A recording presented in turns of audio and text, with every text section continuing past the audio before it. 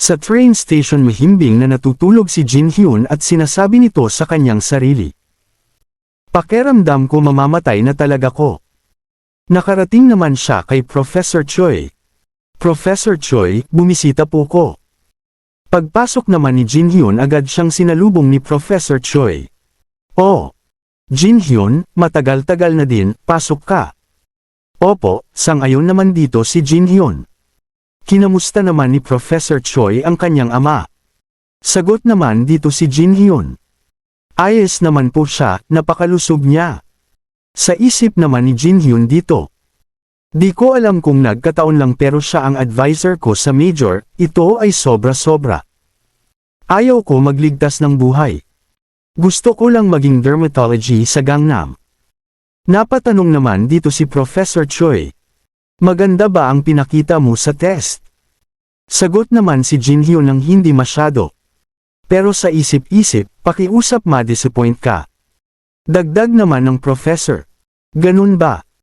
Pero kagaya ng palagi, mukhang makakakuha ka ng A dagdag sa molecular cell biology, organic chemistry at biophysics. Napatawa na lang si Jin Hyun. Ganun po ba? Pero iba pa rin ang nasa isip ni Jin Hyun. Kailan niya tinignan ang mga ito? Patuloy naman si Professor Choi. Katangahan ang mag-aral lang para sa 2 unang taon. Sapagkat mag-aaral kayo hanggang sa kamatayan simula next year. Simpre ang mga taong kagaya mo, mga taong nag-aaral sa pinaka-importanteng mga paksa. Napatanong naman si Jin Hyun. Bakit niyo po ko pinatawag dito Professor? Tugon naman ng Professor. May gusto lang akong itanong sa iyo, anong ginagawa mo kapag summer? Sagot naman dito si Jin Hyun. Ako Pero sa isip niya ay mag-tutor, ang pagtaturo ng major subject ay $300 at 2 subjects naman na package ay $500, ang mga tao ayaw ako lubayan. Pag-tutor lang ang gagawin ko. Sagot na nga dito si Jin Hyun.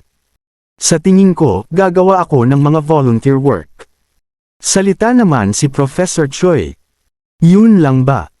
Kung wala namang espesyal, interesado ka ba sa isang part-time job? Part-time? Patanong dito ni Jin Hyun.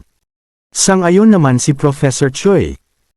Tama, ang taong nakasama ko ay nagretiro na sa pharmacist company at nagsimula ng bioventure company. Pero dahil sila ay kulang sa tao, tinanong nila ako kung may kilala ba akong interesado. Ano sa tingin mo? Isantabi muna natin ang pera, naniniwala ako na makakakuha ka ng mahalagang karanasan dito. Nagpakita naman ng di kaaya ay ang kilos si Jin Hyun at sa isip niya. Bioventure, talagang ang oportunidad ito para matuto. Pero sawa na ako sa medical na trabaho sapagkat madami na akong nagawang ganyan sa nakaraan kong buhay. At walang baguhang bioventure ang magbibigay sa akin ng magandang kita. Gusto ko lang ng pera sa ngayon. Patuloy naman na nagsalita si Professor Choi. Ang pangalan ng kumpanya ay MindBio, ano sa tingin mo? Nagulat naman dito si Jin Hyun at napatanong. Ang sabi mo ay MindBio. Sang-ayon naman si Professor Choi. Malugod naman dito si Jin Hyun na tinanggap ang alok. Gagawin ko po. Napangiti na lang si Professor Choi. Naiintindihan ko, maganda ang pasya mo, napakagandang karanasan ito para sa iyo. Determinado naman dito si Jin Hyun at sa isip niya. MindBio. Simpre gagawin ko. Sila ang magiging numero 1 sa industriya ng bio sa hinaharap. Subalit wala akong ideya kung ano magiging epekto nitong desisyon ko sa hinaharap.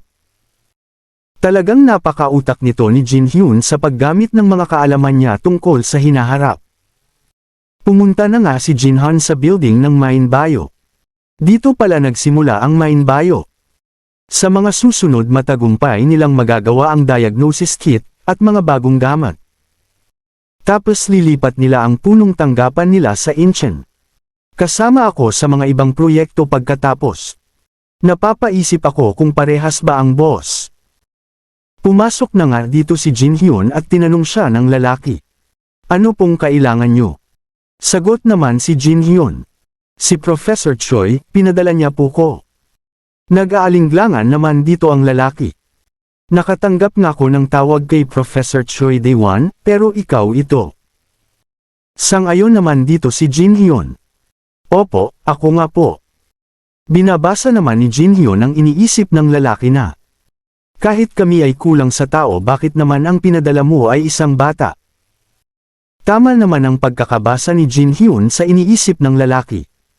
Pumunta na nga sila sa opisina at tinawag ang lalaki. Sir. Sagot naman ang lalaki. Ano ito? Patuloy naman ang isa pang lalaki. Ito po ang part-timer na pinadala ni Professor Choi na mula sa University of Korea. Siya ba talaga? Tanong naman ng lalaki. Ayun po ang sabi niya, sagot naman ng isa. Patuloy naman ang lalaki sa pagtatanong, nagtila duda. Ikaw ba ang taong nirekomenda ni Professor Choi? Estudyante, patawad, pero anong year ka na? Sagot naman si Jin Hyun. Second year. Nakahinga naman ng maluwag ang lalaki nang marinig ang sagot. Second year sa pangunahing klase. Mukha kang bata sa edad mo. Napasagot naman ulit si Jin Hyun. Hindi po, second year po sa elective level. Nagulat naman ang lalaki. Electives. Hindi, pangunahing klase. Sang-ayon naman dito si Jin Hyun, pero sa isip niya. Sir, dapat itago niyo po ang inyong ekspresyon ng mukha. Bamulong naman dito ang lalaki. Sinabihan ko siya na magpadala ng taong kapaki-pakinabang, pero ang pinadala niya ay taong nag-aaral pa lang. Sa isip naman ni Jin Hyun. Naririnig ko po kayo. Sa isip naman ng lalaki. Anong gusto mong gawin ko sa taong sumulyap lang sa paksa kagaya ng Humanities at English? Tignan mo, kung ayaw niyang magpadala ng tao, maari naman siyang tumanggi, pero nagpadala ka sa akin ng bata. May balak ba siyang gumanti sa akin o kung ano paman, pagkatapos ng lahat ng mga taon na iyon? Tumayo naman ang lalaki. Ikaw ba ay may nagawa na ng mga normal na chemistry lab test? Sang-ayon naman dito si Jin Hyun. Nag-aalala pa rin dito ang lalaki at iniisip na. Pero panadala pa rin siya ni Professor Choi pagkatapos ng lahat. Dapat ko siyang pagawin ng mga sari-saring mga bagay-bagay. Naisip naman ni Jin Hyun ang gustong gawin ng lalaki. Naglakad na nga ang dalawa at napatanong naman si Jin Hyun. Maari mo bang sabihin sa akin kung anong trabaho ang nakatalaga sa akin? Sagot naman ng lalaki. Ikaw. Ito ay Anemia Diagnosis Kit Development. Anemia Diagnosis. Patanong naman ni Jin Hyun. Patuloy naman ang lalaki. Naiintindihan mo ba? Ito ay kasangkapan na kayang magsuri ng mga dahilan sa likod ng uri ng mga anemia. Hinayla naman ni Jin Hyun ang lalaki. Sir, pwede ba kitang makausap? Ano ito? Tanong naman ng lalaki. Tanong ni Jin Hyun. May dahilan po ba bakit kayo bumubuo ng kasangkapan pangsuri sa anemia? Wala itong patutunguhan. Ninas naman ng lalaki at sabing. Maaring hindi mo alam, pero ang anemia at sakit ng mga pasyente na dinadala mula sa kakulangan sa dugo sa loob ng kanilang katawan. Maraming dahilan sa likod ng sakit na ito. Pero sa kadahilan ng walang kasangkapan ang nakakasuri ng tiyak na rason nito. Kami, MindBio, ay sinusubukan na maging una na makakagawa ng teknolohiyang ito. Paliwanag naman dito si Jin Hyun. Maari nating suriin ang sakit sa pamamagitan ng general blood test at sukatin ang ferritin level, kung saan nire-representa ang iron level sa ating katawan. Ngunit ganun pa man, may dahilan ba kung bakit dapat natin buuhin ang kasangkapang ito? Tanong naman ng lalaki. Ano? Ferritin.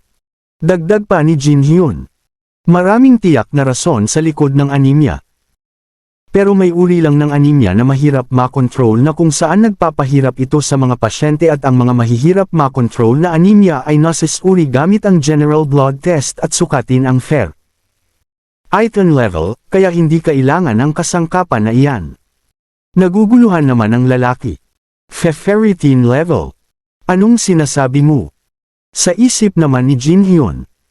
Ang gumawa ng kasangkapan na kayang suriin ang uri ng anemia.